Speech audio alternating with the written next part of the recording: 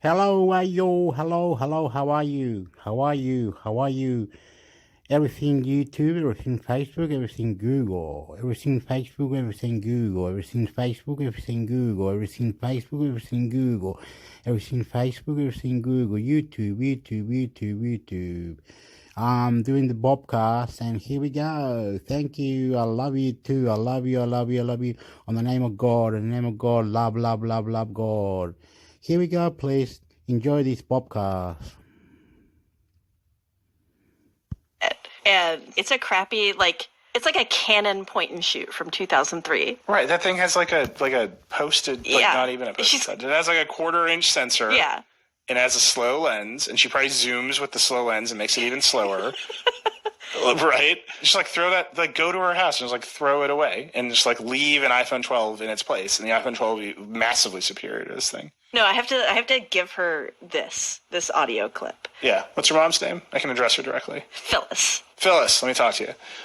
Settle in. Throw away your camera and buy any modern cell phone. It will be faster and better for you, and you'll be able to more easily share photos with your daughter. Thank you. It's like little postage stamps. That's another thing Apple did, actually, is put in faster aperture lenses into, I think, all 4 of the phones. Oh, really? I could be wrong, but I'm pretty sure every lens is faster. And that's another one of those things that is the kind of thing most people don't notice, but just instantly makes all of your photos slightly better. Mm-hmm. I'm very excited about that. And then they added, I think they did this just to troll me. I got to be honest with you. I'm pretty sure they did this just to troll me. They were like, remember Deep Fusion? And they literally showed a picture of a person wearing a sweater. Yes. That was just all for you. Sweater mode. What are we doing? And they're like, we've moved Deep Fusion earlier in the process of taking the photo. Oh, sure. And now we are calling that the photonic engine. Sure. Sure.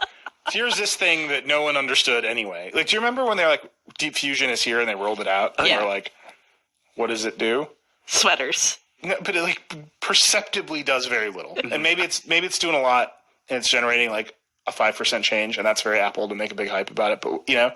But this is they moved it early in the process, and then the claim is that all these cameras will perform better in low light because Deep Fusion is earlier in the process. Okay. So it's up to 2x better on the front camera in low light. Against what, by the way? Unspecified. Yeah. So it's up to 2x better on the front camera, the telephoto, and the main camera. And apparently it's up to 3x better on the ultra wide. Up to 3x better. It's not necessarily 3. It's just... But against what? Last year's phone? The first iPhone? Who knows? Do you think they're comparing it to Phyllis's digital camera? Yeah. Phyllis is just out there shooting. We have a Canon ELPH SD400, and it's up to 3x better than that. Boom, buy it. I had a Canon ELPH SD400. That camera got me through a lot of nights at the bar. That's actually why you bought those cameras. You're like, one day someone will spill a beer fully on this, It'll be fine. I'll be fine. Yep. Yeah. And then they added some video features, right? So the cinematic mode can now do 4K 30 and 4K 24. I tried to test this out. I will tell you that cinematic mode does not like being in a room with hundreds of faces. It just lost its mind. Again, tremendously unfair, right? Yeah. But it was who should be blurry? I don't know. I'm freaking out. So we'll try it again when we get a review. Because it just focuses on one face. It's facial. Yeah, and then it tries to blur everyone out. So it just couldn't decide who I cared about, Yeah. Which of these people should be in focus? So is it the visual representation of smart homes having to decide who to listen to when they adjust the temperature? It just, and the poor person in the demo was it's not going to work. It's don't even try. I mean, look, I think the Pro is great. I'm excited to review it. I'm excited, orders are out now. I'm sure people are going to, regardless of whatever review says. The thing to me, though, is I'm just watching our GIF that we clipped out of the video. Mm-hmm. And it's they show the big widget a lot. Yeah. Yeah. And it's actually not the user flow that you would expect in using it. And that's the cool part, right? You've got the airplane app. Boy, do I have thoughts about airplane app design. Airlines, if you're listening, I've been on a lot of different airlines in the past couple days. All of them are bad. You got feelings. But the cool one, right? Where you got your flight coming and you it opens and it shows you the plane flying over the thing and the estimated time. That stuff is amazing. and it's not actually what happens. Like, you tap on it, it's going to kick you into an app. So I think that's the flow that needs to get figured out a little bit better. You want the dynamic island to just show your plane flying from one end of the island to the other. Yeah. Well, it's neat that that's what they're showing. Like, Yeah. that's the cool part about this is you got these little minimized widgets and you tap them, you get the big widget and they look really cool, right? Yep. And like, there's a reason they're showing it. They're not showing you bouncing into the American Airlines app, which is just one of the worst experiences you can have as a human being. They're like, no, here's a cool animation that shows you what you need right away. And like, I think they'll get there, or they'll give me a Switch. Real quick before we take a break, one more question on this. I was debating this with somebody the other day, and I'm curious what you guys think. Do you think people know, like the average iPhone user, that you can even long press on stuff to find more information? Because like the edit message thing is coming in messages, and that's underneath a long press. And like Apple is increasingly doing more and more of these features and putting them under long presses. And my stance is basically like, as soon as you do that, you assume 95% of your users are never going to find it. But I've talked to people who were like, no, people know. No, they had 3D touch. Remember, they had pressure-sensitive screens, and they were useless, and they threw them away. Yeah. This is the company that still will not ship a multi-button mouse, right? Because they, at their core, believe that everything should be on the surface of the interface, and then the phone is like right clicks for days. Like all this is right clicking, right? Like at a very basic level, they've added right clicks to the phone, and it's cool if you're like, my mouse has 10 buttons. Like, I love an alternative click, but most people like will never find it. Yeah, I think that's right. I think a lot of the dynamic. They should have called it the dynamic notch. I think they wanted to get away from the word notch. And so here we are at Island. I think all of the Island stuff is right clicks. And like they just need to flip that around. We haven't talked about this other phone at all. We take a break and talk about the other phone. Who cares? We're going to take a break. We're going to have that argument in the background. We'll be right back. Owning a home is a journey. That's why CommBank has Experience with Kara Swisher. There's a very minor improvement over the 13. iPhone 14 also has an updated internal design that improves thermal performance, which is great for staying in the action longer. Processor from last year's Pro, the A15 Bionic. Cool. Minor upgrades to the cameras. Cool. Faster lenses, mostly. The photonic engine. Extra sweater mode. Super sweater mode. Yeah. Super sweater mode.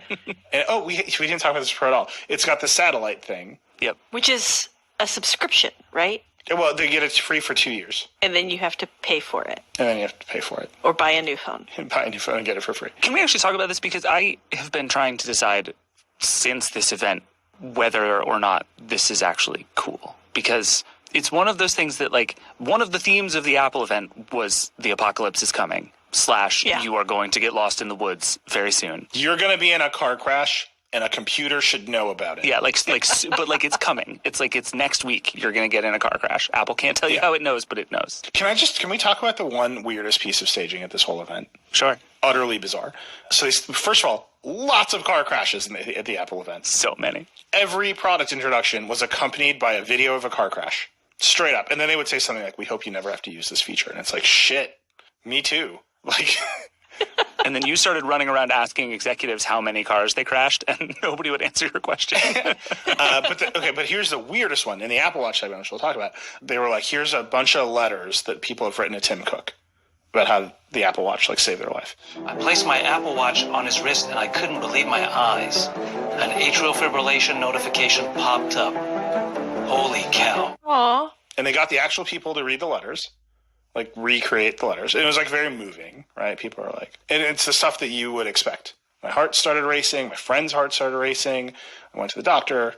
They were like, thank God you're here. There was also a guy who had a bear in his house. Just to, like... It was a wide spectrum of things.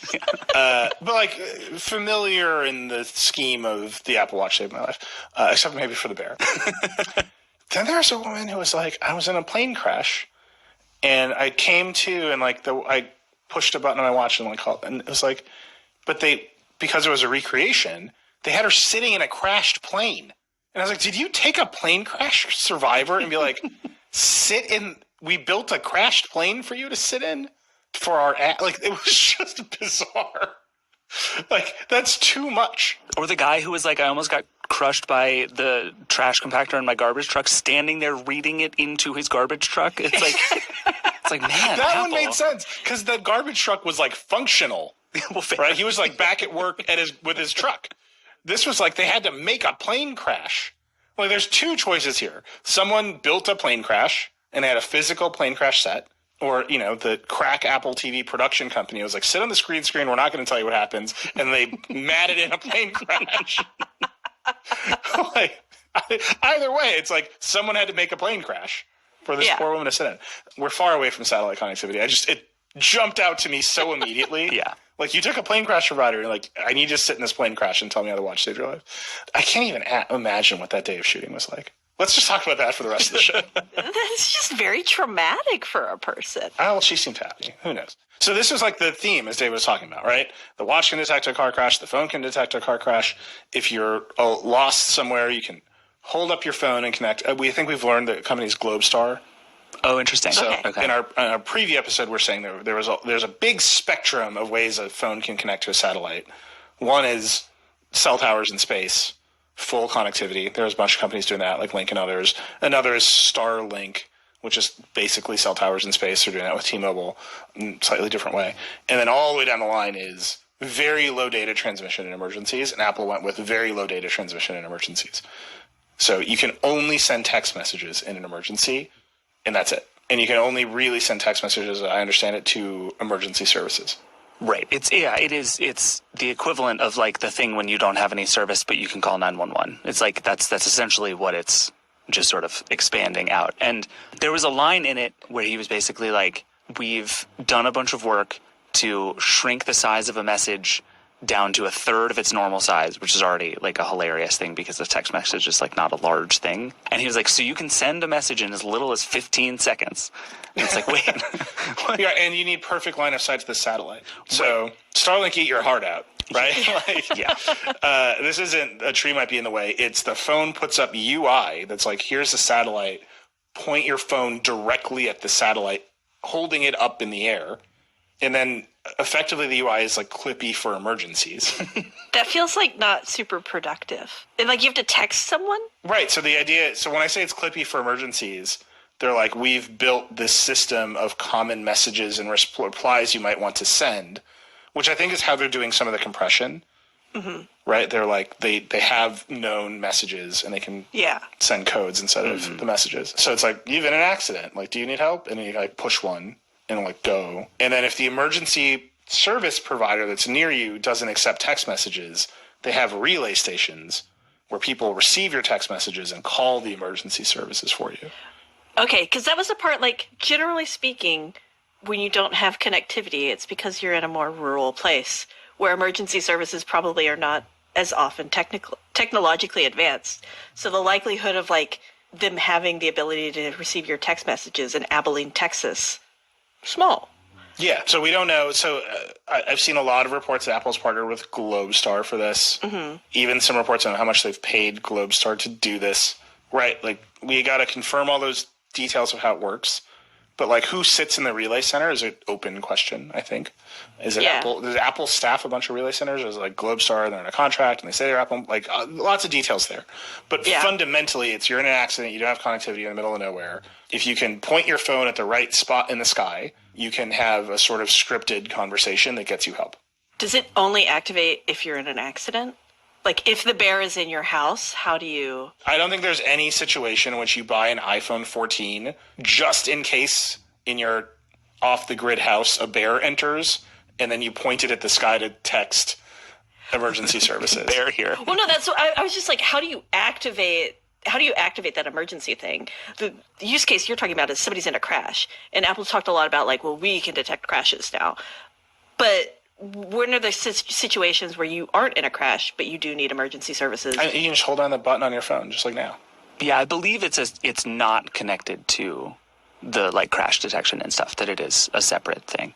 Okay, so it's just like an individual thing, and you can be like, help. Yeah. So like when you right now, if you like hold the two buttons down on your phone, you can like go to emergency mode. I learn new things about my phone every day on the Vergecast. Here are your choices when you want to turn your phone off. You hold the volume and the power button down, and you can turn the phone off. You can get your medical ID, or you can do an SOS. Right. And like picking the wrong one at the wrong time seems very fraught. Which is also how babies like to call 911, by pressing all the buttons on your phone and then seeing what happens. But no, the thing that's interesting to me about this is like investing in all the satellite stuff for like the Watch Ultra, which we're going to talk about, makes a lot of sense to me, because it is like a group of people who need this stuff and know that they need it or likely to buy these devices. Right.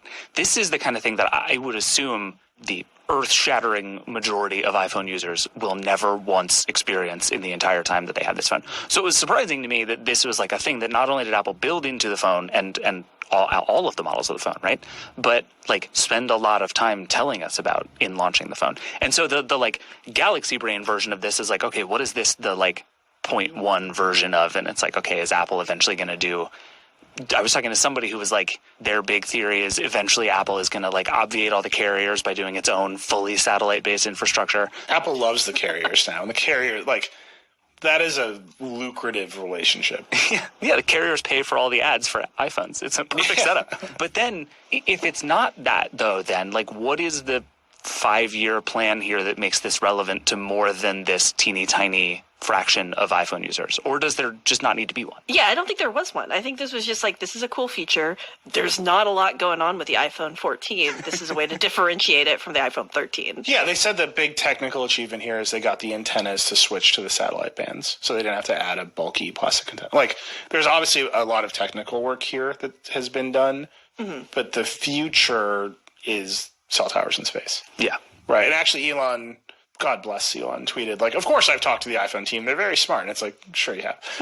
Who knows what you've done? Self-driving taxis will be roaming the streets of America tomorrow. 2 years ago, yeah. Yeah, like, sure. But he's like, turning a Starlink satellite into a cell tower in space is not the end goal.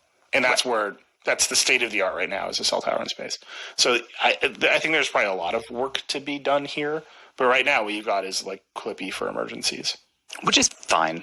And it does seem to be true that Apple is leaning harder into this thing that it is like the Apple Watch can save your life. Like, it's very clear that like means something to Apple. And they're like, not only is this like a hell of a marketing scheme, but they seem to actually buy this theory that this is meaningful to people in that way. Yeah, Nicole wrote about it on the site. Like, a lot of the message here is like unsupported by research, fear mongering. Yes. But dressed up, right? Like, the Apple Watch can monitor your temperature, but they can't make medical claims because it's not cleared by the FDA. So who knows? The Apple Watch can monitor your blood oxygen, but it's not cleared by the FDA. So who knows? Like, a lot of the heart detection stuff that they've done, study in 2020 found led to nothing, but caused a burden in interpreting in additional testing in the healthcare system. That's not discounting the fact that people have had their lives saved by the Apple Watch, but they're leaning into it in a way that they have to connect it to reality at the end. Right. Life-saving at scale is a very different thing. So we should talk about the watches. We have not talked about the iPhone 14 Plus. Should we talk about it? No, that feels right. We just that moment, we talked about the iPhone 14 Plus exactly as much as we should. I will say, I do think a lot of people are going to buy the iPhone 14 Plus. Oh, yeah. This is the Nilay Patel big cheap screen theory, right? Like, it's cheaper than the other big one, and it's big. And it's the exact same phone as the iPhone 14. Like, great. Very convenient that they're putting it out and they're not doing a mini this year. I'm telling you, you can whine all you want. They're just trying to like feed your theory. Allison will back me up on this if she's on the show again. They're feeding your theory that people love big phones, but that's because they don't offer them at the same time. Oh, I see what you mean. No. They offered both at the same time, and people still bought the big one so much. They got rid of the little one. Yeah, Apple famous for putting out products that people don't want just to spite Nilay. I would say that happens a lot. We got there, and like a lot of people there had listened to our episode, and they're like, "So you want a TV, huh?" I was like, "Sure do." I'm just telling you, big cheap screens always win. The difference in price between the little Pro and the big Plus is $100, and like, in any irrational universe, you would upgrade and get the dynamic island and the better camera and and everyone's going to buy the Plus instead. Yep, without question. Which one are you guys going to buy? The Pro Max. I already got the Pro. Big or little? Little. All right, we said we weren't going to talk about the Plus, and here we are. We should talk about the watches. This is the new Apple Watch Series 8. It features a big, brilliant, always-on display with narrow borders that push the screen right to the edge. So, speaking of big cheap screens, Apple Watch 8, huge screen, people are going to upgrade just to get the big screen. Yeah. They added a temperature sensor. They can do cycle tracking, which is really interesting. A lot of apps have done this over time. They can only retroactively tell you when ovulation is. They can't predict it, which is just another one of those, like, Apple's making claims right at the limit of the claims they can make. Mm-hmm. Yeah. But they can't go farther, which is interesting. Obviously, crash detection. God only knows. If you were in a car crash and a computer doesn't know about it, Apple is mad at you. By the way, they've also fundamentally invented OnStar. Like, I went to Code and I saw a GM executive and I was like, they just invented OnStar. And they're like, we had an all hands. And we were like, they just invented OnStar. But the 8 looks good. I think a lot of people are going to upgrade it. Same basic chip, right? Like, not a lot of additional features in the 8, just big screen. I think that the period and ovulation tracking is kind of a big deal for them because they've been notoriously super far behind there for years and years and years and years. And this is like one of the biggest like places in wearable space. Well, the interesting thing though, to just looking at how they talked about it, you have to wear it while you're asleep. Yes. Which is, they're just going to have to initiate a new user behavior. Also, temperature tracking the wrist, kind of like dicey, another piece of the Nicole article that she wrote, which is great. So we'll see. It's good that they did it. It's cool. I think a lot of people find it useful. I'm just saying, as a person who had a baby, if you're trying to make a baby, you need to know ahead of time.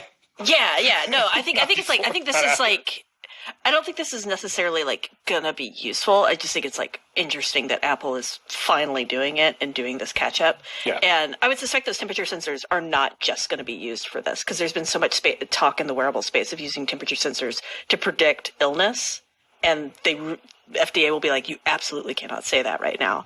And so I think that's like Series 9 or something. Yeah, they are oceans of peer-reviewed studies away from making the claims they want to make.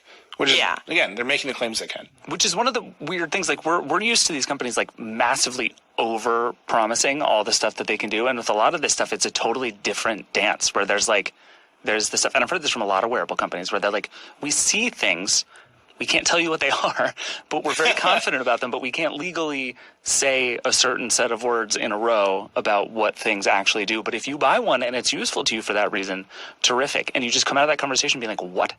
That's called government regulation working as intended. Yeah. Because it's keeping these companies from over-promising. Because otherwise, like, Apple would be like, we can predict when the baby is coming. And you'd be like, what? 100%, yeah.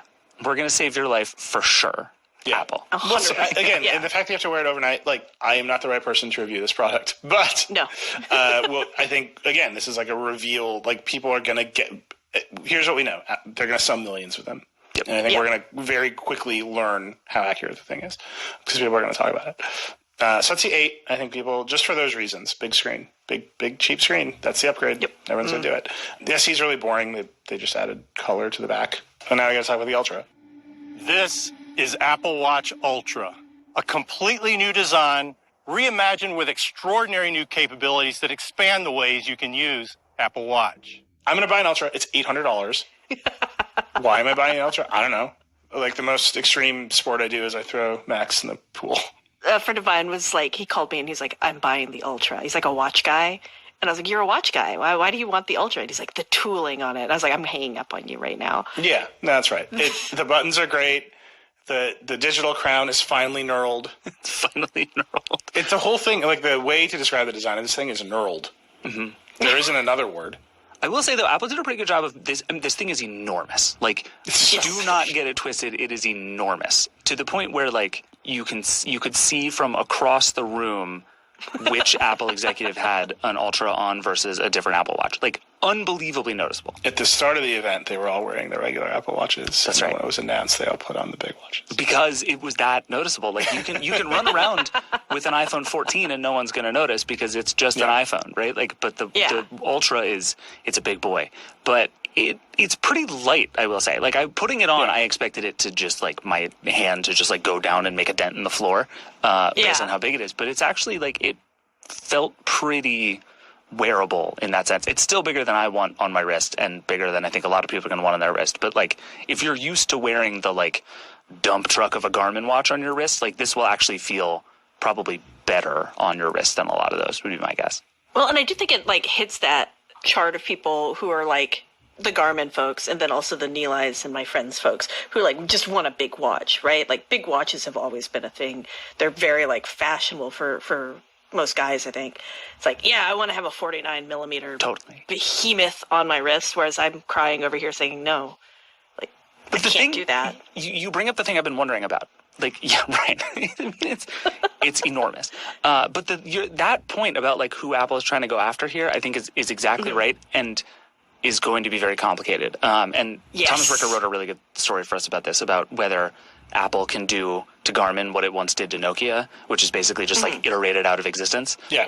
And what's interesting now is that the Ultra basically seems to be, from a sort of like hyper adventurer athlete perspective, like a mile wide and an inch deep, right? Like it does a lot of things, but if it'll do scuba stuff, but if you like really seriously scuba, it won't do enough. It'll do a lot of like mountaineering stuff, but if you're a really serious mountaineerer, one who mountaineers, sure, it won't be enough. And so I think trying to get this overlap of like, can it do enough other stuff to make up for the sort of ultra specific stuff it doesn't do, seems to be the pitch Apple is trying to make on this one, and seems very complicated because in each of those little tiny niches are people willing to spend an awful lot of money but who have a really high bar for the features that they want. And V Song on our team has been writing about this for weeks, that like to try to be all things to all people in this sense is borderline impossible. Yeah, it's funny. The only customization on the watch is what band you get it with. Like there's a running band, a mountaineering band, and a scuba band. And it's like, those are your choices. By the way, the bands are totally interchangeable with the existing bands. I might have horrified some people by just like clipping on my like Amazon candle band. Well, that was a rumor beforehand, is that it wasn't going to work with the old bands. No, it totally worked. It was the first thing I did, and everyone was like, "Stop that!" And I was like, "No, I'm still doing this." But the scuba thing, Apple isn't making that app, right? They're going out to like a dive computer company, right? And they're letting them make the app, which is crazy, right? Like Apple, that's usually the sort of thing Apple just like Sherlocks away. But they're like, we actually need the credibility with this audience that the trusted name is going to build this app for this watch. They did not do that with mountaineering or ultra marathoning or this other stuff. And in fact, the watch, when you use it, is basically the same, right? It's big square display. It looks like it has a really big lip around the display, and it basically does not. Yeah, no, it actually, you almost want it to have more, because your finger sort of slides off the edge of it in a way that, like, if I'm just running and want it to deal with, I actually want it to sort of trap at the edges. And just like the thing's going to be out in the world, like you assume the face is going to get scratched if it doesn't have more of a lip. But so like it looks different in person, and it plays different in person than it does on the videos. But the big orange clicky button is great, right? And it's customizable, which is a big first for Apple. It can drop you into whatever. The thing where you roll the crown and it turns the display red, this is neat. Like, I'm sold. I'm done. I'm buying the thing. Like I saw that and I was like, do I need it? No. Do I want it now? Yes. Yeah. Just night mode. But other than that, like the app model is the same, right? Like it hasn't gotten more powerful. It can't do more things. There's a new face. There's a new watch face. It's a complicated new face. There's so much stuff on that watch face. It's nuts. Does it feel more expensive than the regular watch? 100%. Because I wonder if maybe they aren't going after that Garmin crowd, but they are going after those people who buy expensive watches and want to have nice expensive watches on their wrists. And most of them also get, generally speaking, when you're getting a really expensive watch, it's got a diving computer on it, or it's got, your flight computer because secretly you're a pilot in 1942. It's got all of that stuff. And I wonder if that's actually the crowd it's going after instead of people who run a lot in the wilderness. Yeah. I mean, it looks real fancy. And I love it. I don't know what to tell you. You're like, yes, it's for me. I'm gonna pay too much money for this thing and use 1/10 of it. You know what I'm gonna use it for? I'm gonna use it for 2-factor codes. There you go. The most extreme 2-factor codes that have ever been generated by any RISC computer in the world. Just climb a mountain, be like, yes. Yeah, I'm logging into my Gmail and no one else's, people. Apple Watch Ultra. All I could think during the event was how excited you must be that there are now a bit more speakers, so that you can just be running around walkie-talkieing with Becky all day. It has an 80 decibel siren. You can do anything. So we have people on our staff that are going to review this thing appropriately. Thomas Ricker is one of them. V is another. So we'll push on it on that front. But like the astonishing thing to me is that Apple has not, just across the board here, right? They didn't show anything else you could do with a phone or a watch. Like the apps are all basically the same. The Dynamic Island is fun, but it's widgets. The cameras are improved, but they're still the same cameras. Like there was not a lot of here are useful features the way that, for years every iPhone event has added like meaningful daily interaction features to people. And so even the Ultra, I'm sure they're, like I said, I'm buy one. I'm the sucker. Like it looks really cool. And I'm sure people who are actually ultra marathoners or explorers, Apple loved using the word explorers, which was great. It's like, what are they exploring? What is there? Space. Like on the one hand, there's satellites everywhere and we can see anything. On the other hand, explorers, like old school. Magellan is buying this watch. But it's just like, I'm sure those people are interested in the features, but they're in a market where they're much more fully featured products. Yeah. So it's just, like, I'm still waiting on the turn for the watch where it becomes a wrist computer instead of like an ever larger, more complicated piece of hardware design. Same. And we've talked about this on the show too, that I think like with more screen, more battery, and essentially like more stuff you can do on it as a result, there's more you could do there. And I wonder why Apple is not necessarily pushing on some of that stuff. I feel it's the battery. I'm like, just straight up, it's the battery. Like, until battery tech changes, they can only fit so much battery in this thing, in which case, like, you have to then have a processor that doesn't suck enough, like, destroy the battery. Yeah. I will say the screen is now so big that you can open the keyboard and, like, kind of type with two thumbs on it. Almost. The swipey typing kind of works. You can swipe type. Like the writing typing, I do that all the time on mine. I mean, it's like short sentences. I don't. Oh, that's all Siri for me, and no one knows what I'm trying to say to them. That's a nightmare. And now with iOS 16, and I think probably on watchOS 9, you can dictate emojis. So now you can be running up a mountain yelling heart emoji, thumbs up emoji, dead emoji into your watch, which is just a life I'm very ready for. I'm just going to be like dancing lady emoji, dancing lady emoji. Plane crash emoji, bear emoji, house emoji. Plane crash. There's a bear in my plane crash.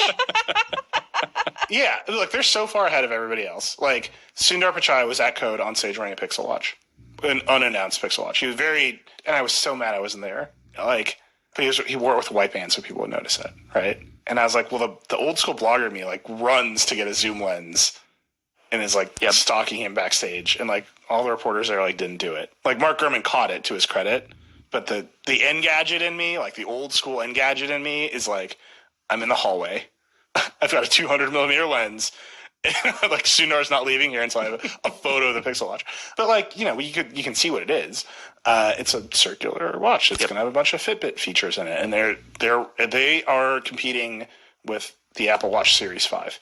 Yeah, like at just a fundamental level, they are 3 generations behind where Apple is, and Apple. So like these complaints are minor on the edges, right? Like I wish they would make it more powerful. Like, but this is more powerful than anything. But it's just weird that like the theme here is like you're going to be in a car crash, not look at all of the things you can do with your phone. Like Apple has just like started to assume those things. It's like, what if we also saved your life? Right. They're going to places where they're adding features where they are themselves even saying, we hope you never use these features. Well, and it's just like Apple is also sort of simultaneously on this like reset your relationship with technology and let's talk about screen time and focus modes and like let's help you disconnect and not feel so reliant on your screens. And it's like, what would help is make those interactions easier on the watch so I don't even have to get my phone out at all. I can just like leave it flipped down on the table. And that's just like some of that is already in there and you can do it if you want, but either Apple doesn't think it's an interesting selling point for people or it just doesn't have any new ideas about how that stuff is supposed to work. All right, we need to take a break. Yes, we do. I will quickly, here's everything you need to know about the AirPods Pro. They are largely the same. They have a slightly new driver. They have an H2 chip. They are still running Bluetooth, and they do not do lossless. And they have a little loop in the case for lanyard. But they do 2 times the noise canceling, whatever that means. Well, I think that one is the previous generation. I think that one you can safely assume. I will say I tried them. I spent like 5 minutes wearing a pair in the hands-on, and the noise canceling is like good but not great, like all noise canceling. Like it does the job, but it's not incredible. But the pass-through continues to amaze me. Like how good it is at passing through. I've used a lot of these headphones now, and like that's the one place where Apple is just like leaps and bounds above everybody. Yeah. By the way, the setup for the hands-on, they had people with boxes of AirPods Pro. Yeah. And then so people would try them on, and you would like put them away, and like a fresh one would be delivered to the room. It's wild. Like lots of people with lots of boxes of AirPods Pro. So what you're saying is there's going to be a really good opportunity to buy refurbished AirPods Pros. Just go to the Apple store on campus. If you want the AirPods that have been in Marquez Brownlee's ears, that is a thing you can probably accomplish. Sell them as an NFT. Let's do it. All right, we'll take the break. We'll be right back.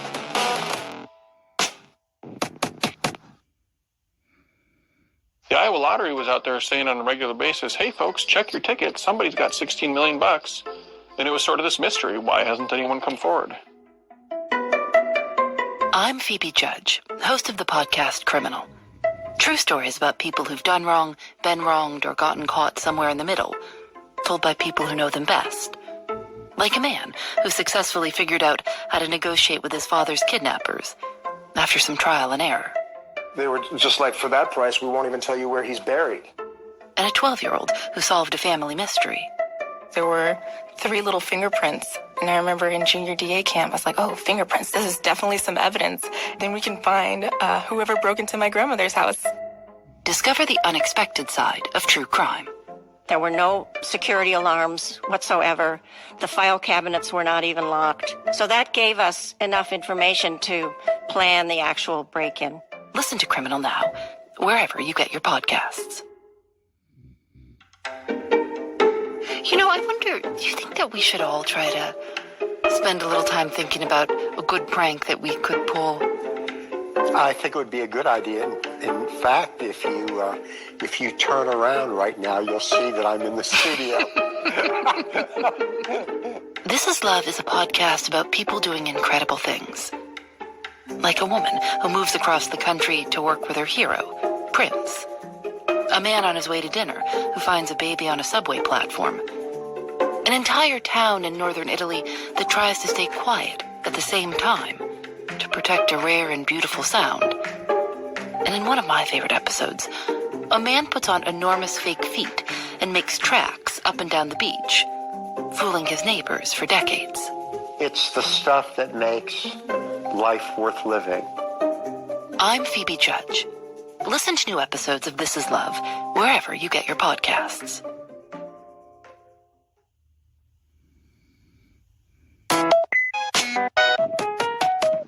Okay, so that was the Apple event.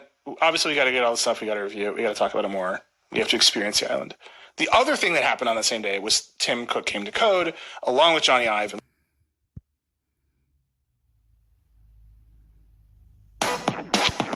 This Week in Elon, our pop-up Elon Musk newsletter, which has quickly become a must-read because there's so much Elon going on lately. There's so much. Yes. I think today Starlink and T-Mobile have an event, right, where they announce some kind of partnership. Mm-hmm.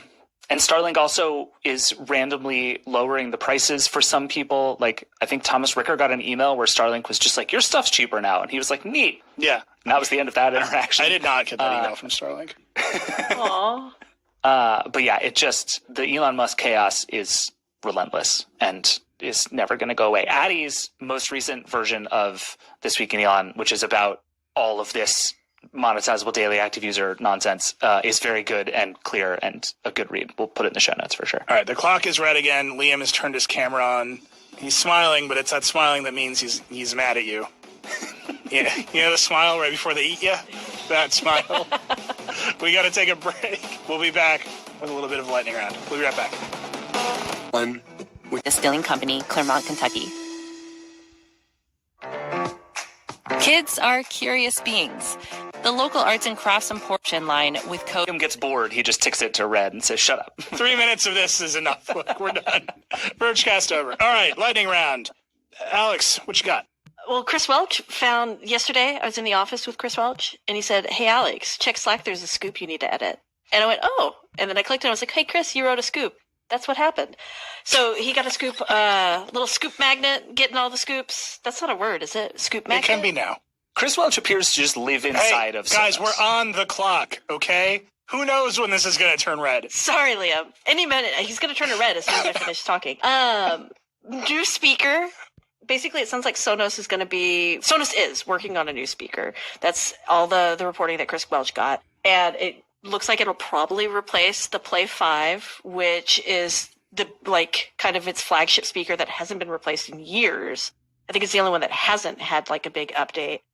And it's going to have a lot of speakers in it firing in a lot of directions. Instead of just speakers firing one direction, as most of them do, this one's going to fire forward, to the sides, up. So it'll also have some Atmos support. Yeah. And it looks like there's going to be a smaller one as well, more like the Sonos One, that will do the same thing with the up-firing speakers. So feels very Atmos intense, and it's going to be called, right now it's codenamed the Optimo 2. Which really implies there's an Optimo 1. Yes. It does. We don't know what that is, unfortunately. What I can't figure out about this speaker is where it goes. Because it's if it's going to do this sort of firing in all directions thing, it's very sort of HomePod-y in that sense. And so it's maybe it's you put it next to your TV and use it for music. Or is it a semi-soundbar thing and it does surround sound all by itself? What is this thing going to be?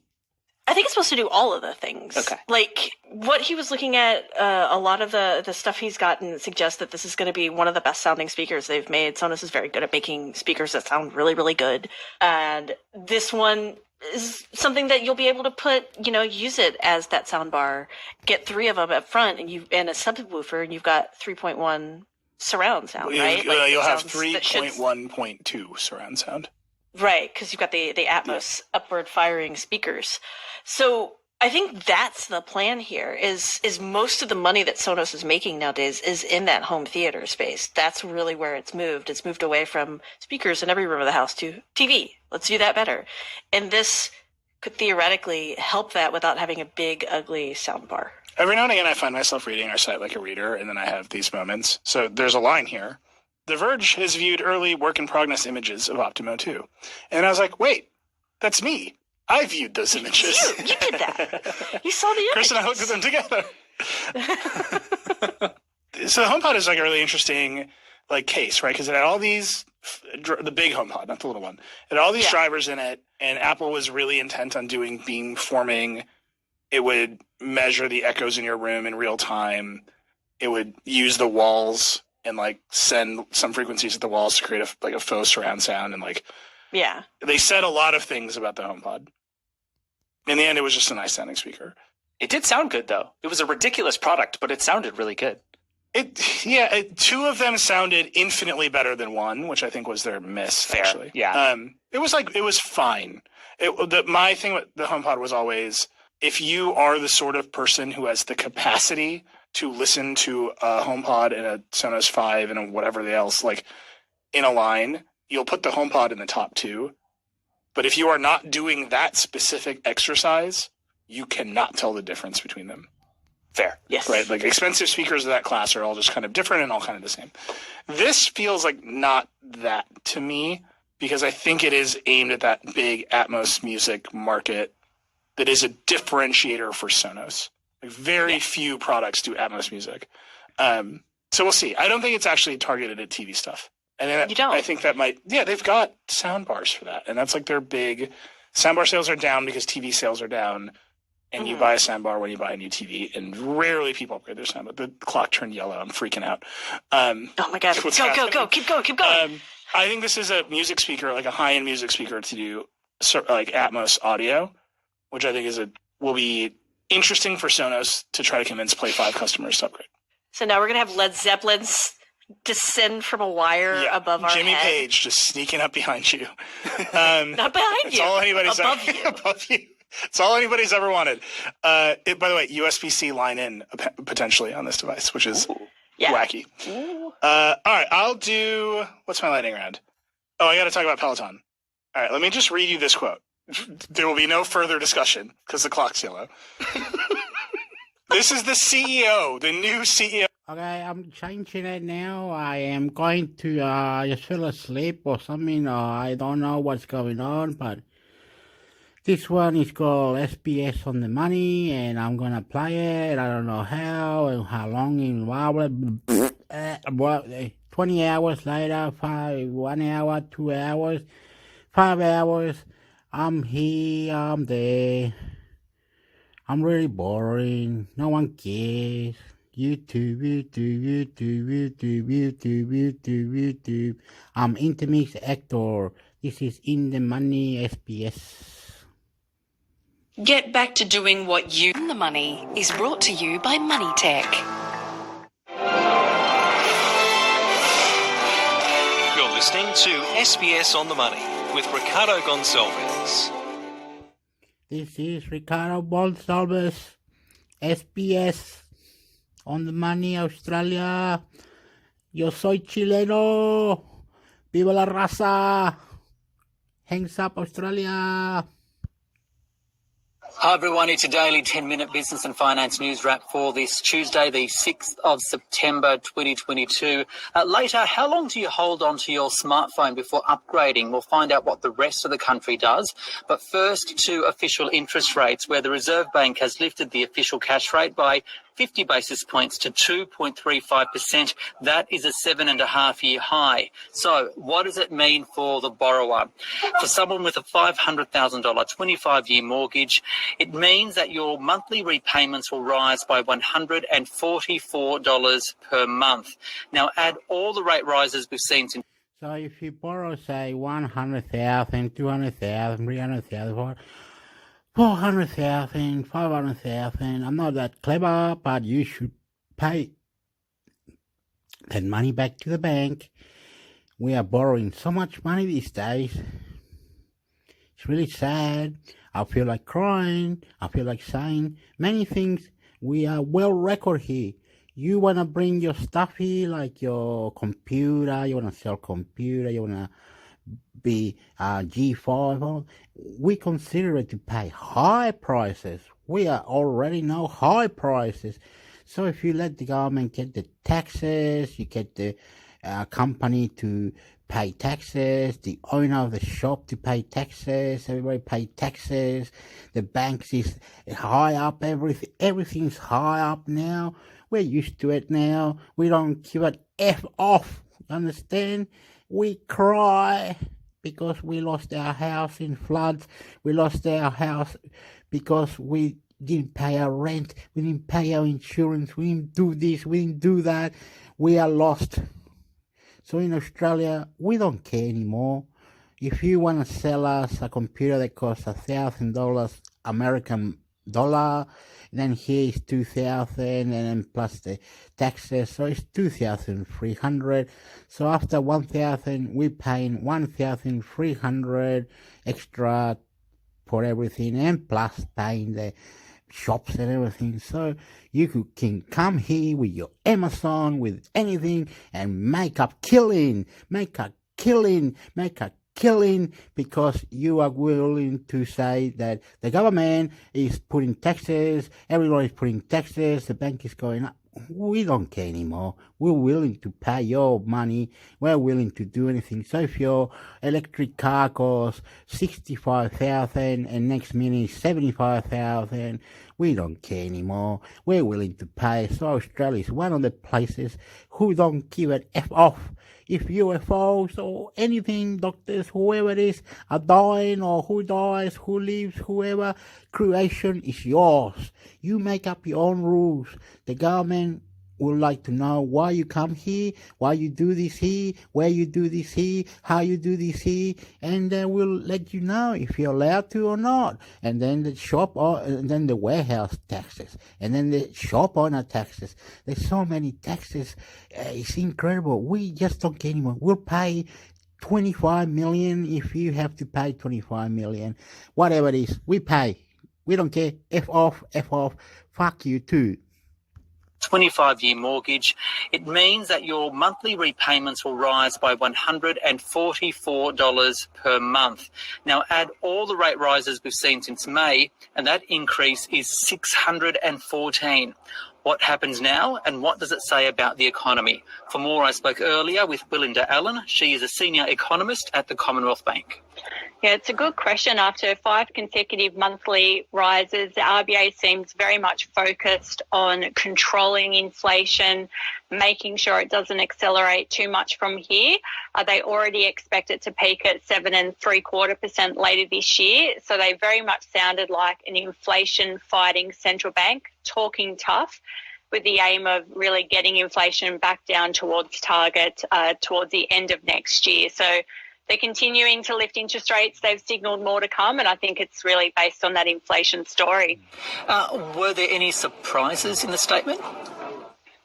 I think 2 from me. So it's the first time they didn't talk about normalising monetary policy. So every statement up until now had talked about needing to normalise monetary policy, but with the cash rate at 2.35%, they're obviously a lot closer to their view of neutral, so they've removed that from the statement. And then the second surprise really was their addition of talking about the lags between higher RBA cash rates and then when higher mortgage repayments are felt by households. So that's the first time they referred to that lag, which could also signal that maybe they're starting to see that disconnect between the economic data and yet those higher mortgage repayments are still to come. Can we go into that in more detail? Because I think CBA has done some numbers on it. How long does it actually take for borrowers to actually feel the impact of rate rises? It's actually longer than you think. So on average, it's up to around 3 months, particularly for CBA customers. So the RBA could announce higher interest rates. 2 weeks later, banks pass those higher interest rates on. But depending on your frequency of mortgage repayment or where you are in that repayment cycle, the actual higher repayment amount may not be deducted from your bank account for up to 3 months after the RBA decision. So at the moment, some mortgage holders have only really experienced the May and June rate hike. They're yet to really feel the July, August, and obviously today's September rate hike as well. And that, I think, helps explain why we're seeing some disconnect between very weak consumer sentiment data, but yet still strong consumer spending data. So considering we've now had 5 rate rises in a row, how significant is this one? Because it goes beyond that 3 months that you were talking about and the scope. Could it really start to now show up in the economy, and how? Look, I think these rate hikes that we've faced over the past 5 rate hikes or 4 months will impact on the consumer. We can already see that through deeply pessimistic consumer sentiment readings. If we just look at our own CBA credit and debit card spending data, there is certainly signs of a moderation in spending growth, particularly in discretionary categories. So these rate hikes are significant. It's taking the cash rate back to where it was in 2015. So you're capturing a significant amount of borrowers who haven't had higher interest rates before, but also who have borrowed really over the past 7 years and facing higher repayments. So these will impact. It is just taking longer to come through because of those lags between higher rates and the higher mortgage repayments. But the leading indicators in the Australian economy are turning. So now that we're talking about the impact to consumer sentiment, spending, the fact that we're acknowledging this lag time, the RBA still says rates will continue to rise, although it's not on a preset path. So what does that mean? And where does the Commonwealth Bank see rates going? Do you still seeing it peaking at 2.6%? So we will continue to see the RBA lift rates. I think they've signalled that today. We have an all-important speech by Governor Lowe on Thursday. So the title of that speech is Inflation and the Monetary Policy Inflation and the Monetary Policy Framework. We could get more details on what they're thinking, but based on the fact that we think the economy is slowing, we have the peak cash rate at 2.6%, although we think the risk is sitting with that a high rate of 2.85%, which would be probably 2 more rate hikes from here. And then really, based on the huge amount of tightening we've seen by the RBA, we should see a pause. And when the RBA comes back in 2023, you will see signs of the Australian economy slowing and should see them pause on their interest rate hiking cycle. You have a significant roll-off of fixed rate home loans next year. That will slow the consumer even more. And then we have rate cuts in our profile in late 2023. Belinda Allen there, the senior economist at the Commonwealth Bank. We'll take a look at how it impacted the share market in a few moments. But firstly, a change of pace, and let's talk about smartphones. And the question is, how long do you hold onto your device? Well, experts at Telsite say it's 3.3 years. So, will the rising cost of living mean that you hold on to your device for a little bit longer? Marcus Megalokonomos spoke with Telsite MD Fawad Fadagi. What we're seeing is that more Australians are very much seeing their smartphones as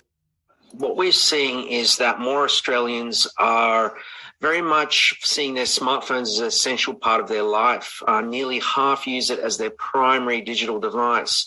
They're using it for everything, music, videos, work, education, banking, payments, government interactions, and so forth. So it's hard to see how something so essential might be impacted by price rises going forward in the economy. So, yeah, definitely being perceived as a necessity, more important than a wallet these days and keys to the car. Look, absolutely. Phones these days can actually be the keys to your car as well. So people are upgrading these devices on average about every 3 years. But this has been growing over the last few years as the market has matured and devices have taken on a lot more functionality. Are there any changes or new trends in phone features that customers are demanding these days? Look, I think battery life remains one of those critical areas where consumers are demanding more and more of each time they upgrade their smartphone. 5G is also one of those hygiene factors that consumers are looking for, given that it's the most recent technology for connectivity and speed. And I guess what we're also seeing is an interest in larger screens, or indeed possibly even folding screens that give consumers more real estate to work and play with. In addition to smartphones, we're seeing a boom in wearable devices such as smartwatches and smart hearables, growing very strongly as more people are doing hybrid work, as well as using their wearables for health and fitness reasons. So whether or not it's a smartphone or a wearable, we think for the second half of this year. Okay, I like to say that we are using a lot of smartphone, and we're using a lot of smartphone, smartwatch. We're using a lot of different gadgets, right? Computer. In Australia, we are doing a lot. We're buying a lot. We're doing a lot, but we're not putting our brain to it. Why we're doing this? It's because we love it. We don't care anymore. We just buying it. If someone wants to do exercise, they'll buy a smartwatch. Someone needs to find something that is lovable, they'll buy it. They'll save the amount that they need to buy it. Say, oh yeah, iPhone 14, right? The other day, I was down the road and some guy said, did you hear about the iPhone 14? It's come out. Well, at the OptiShop, at the telephone company called OptiShop, they will have it not today, tomorrow. It's coming out, and we can buy for 12 months, and we can have to pay $90 a month. The other one said, no, pay 36 months, and you'll pay like $40, for the new iPhone. So the iPhone 14 is now out, and it's on this Optus on all different companies to prepay it. So at the end of 35 months, you'll have that iPhone 14 and it's all yours and everything. But, It's ridiculous how we can lay-by. It's like a lay-by, like you paint it off and things.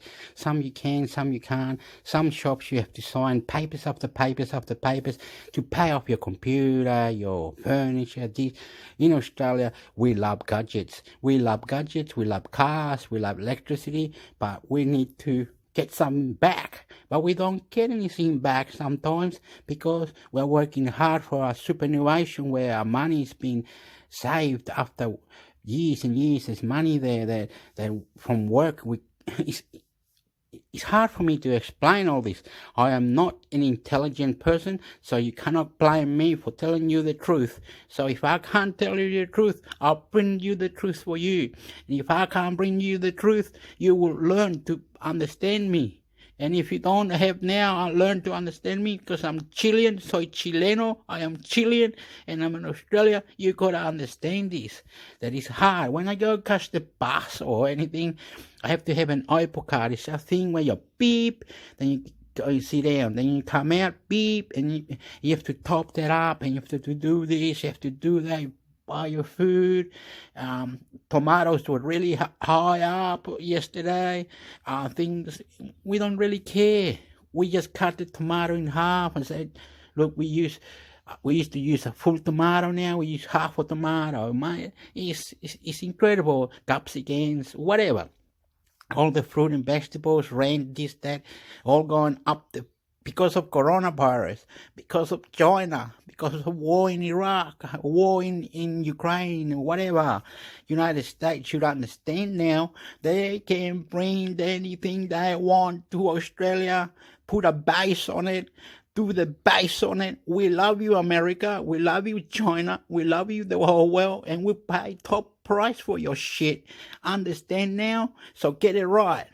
From now on, no more fighting. And get it right. You want high money? We pay you high. Ain't no fucking dilemma now. F off with the cat got your tongue now. I am me, and I can't be intelligent, and I can't be proud for what I'm saying because no one gives me credit. As well as using their wearables for health and fitness reasons. So whether or not it's a smartphone or a wearable, we think for the second half of this year, Australian consumers are going to continue to buy technologies despite some of the economic headwinds. And just finally, the battle between iPhone and Android, how is that shaping up? So Apple has been very strong in Australia for many years with very durable handsets and a strong repeat purchase intention. Some 90% of iPhone users plan to upgrade to another iPhone eventually. I guess the challenge for Apple has been its size as an operator in the market, in the sense that it's very difficult for it to source emerging technology parts, for example, for their range of devices. So while people aren't necessarily switching away from iPhones, many iPhone users have been had their heads turned towards some of these newer, more experimental designs coming out from manufacturers such as Samsung, such as the ones that can fold or flip. We believe it's inevitable that Apple will go down this path. However, it might take a few more years given the size and scale of their requirements going forward. That was Marcus Megalokonomos speaking with Foe Fadagi from Telsite. Now let's go back to the interest rate decision where the Australian share market actually fell after that announcement. The S&P ASX 200 down 0.4%, 6,826. However, the lithium sector did pretty well. For more, okay, and another thing you could understand, you can't kill us. Do not kill us, because our mining companies are here on the news. They're not doing very well because no one wants to buy, no one wants to bargain, or no one wants. It's silly.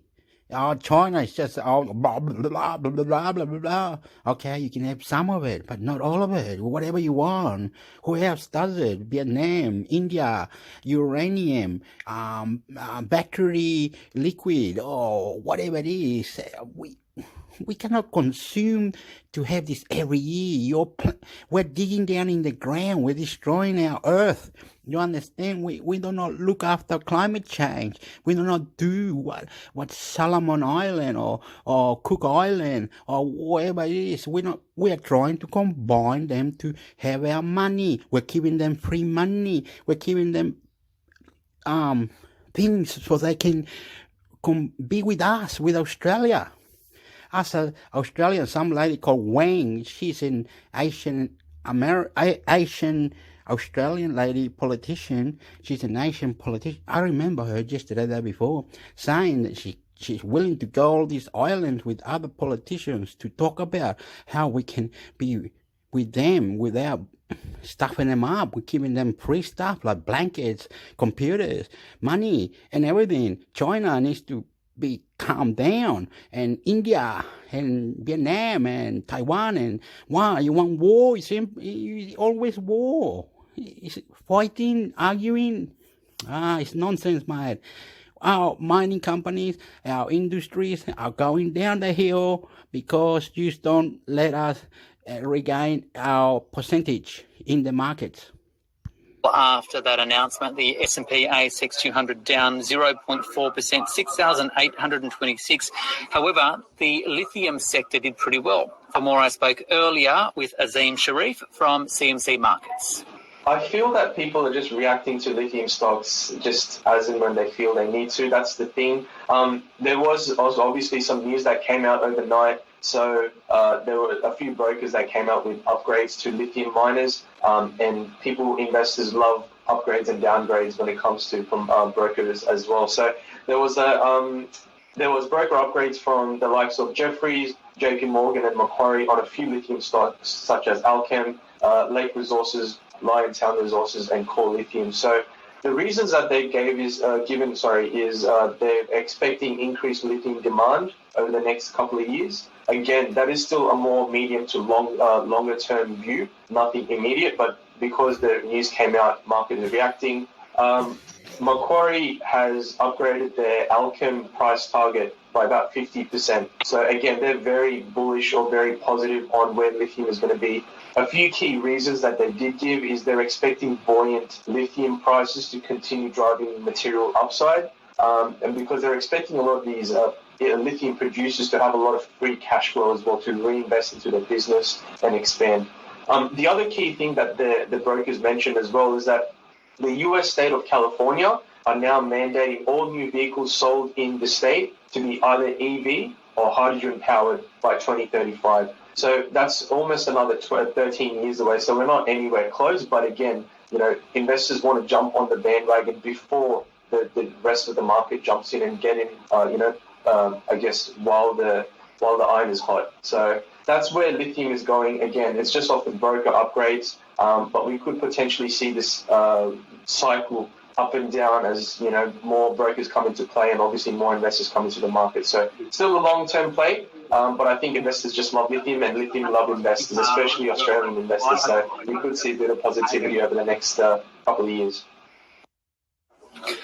Azim Sharif there from CMC Markets, and we also spoke earlier today to Jessica Amir from Saxo Markets in Singapore today about energy moves. Jessica, what's the latest with energy prices? Because we've seen overnight OPEC surprising everyone with a slight cut in production, and at the same time Russia halted gas flows on a major pipeline to Europe. Yeah, there's a lot going on in the energy market. It's a bit hard to keep up. But the fact of the matter is this winter in Europe, they will be running out of energy. So they're facing potentially one of the biggest humanitarian issues that they've ever faced in history. So this is a critical issue for energy.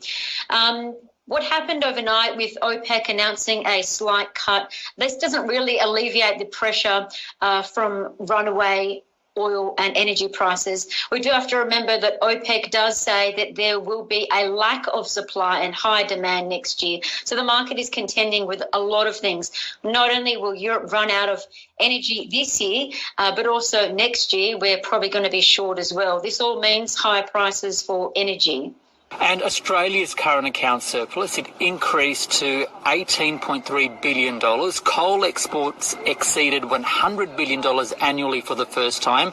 Exports up across the board 15%, mining and agri-commodities. Just how significant is all of this?